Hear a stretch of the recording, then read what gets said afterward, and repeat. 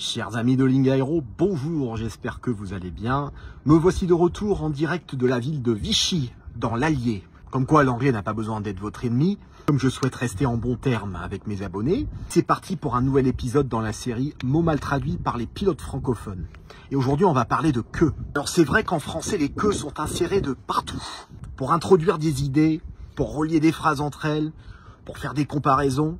Mais la manière dont on traduit le mot que en anglais va dépendre, comme toujours, du contexte. On va commencer par l'utilisation la plus simple du mot que.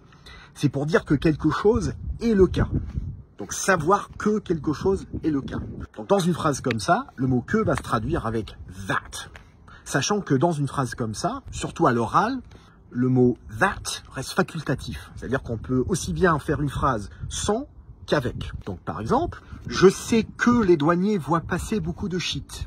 Donc là on peut dire I know that the customs see a lot of pot.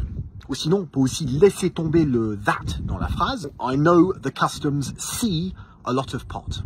Si on veut traduire que au sens le seul et unique avec ne que. En général à ce moment-là on utilise only. Donc par exemple je ne vole que le week-end. À ce moment-là on dit I only fly at the weekend. Et on peut aussi dire I fly only at the weekend. Quelle est la différence? Le fait de mettre only après le verbe, ça donne un registre un petit peu plus soutenu, un peu plus littéraire. Tandis que si on le met avant, ça fait un peu plus familier. Maintenant, on passe aux formulations avec le subjonctif en français. Donc beaucoup de phrases qui commencent par que, avec un subjonctif derrière. Si on veut que quelque chose se réalise, qu'une situation se produise, et qu'on commence la phrase par que, donc par exemple, qu'on quelque chose, ou que l'on quelque chose, à ce moment-là, on peut passer par can we please quelque chose. Qu'on arrête de taper tout le temps sur l'aviation. Can we please stop slagging off aviation. Si on veut dire qu'on s'en fiche que quelque chose se produise ou pas, ou qu'on s'en fiche que quelqu'un fasse quelque chose ou pas, à ce moment-là, on peut dire let them quelque chose. Donc par exemple, que l'OSAC vienne contrôler tous les avions de notre aéroclub. On n'a rien à cacher. Let the OSAC come and check all the aircraft in our flying club. We have nothing to hide.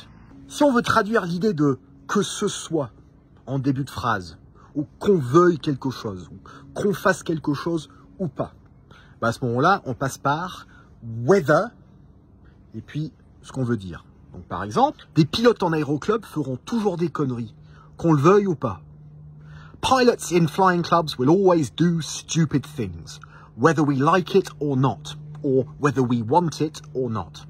Pour traduire l'idée de plutôt que, on traduit avec rather than.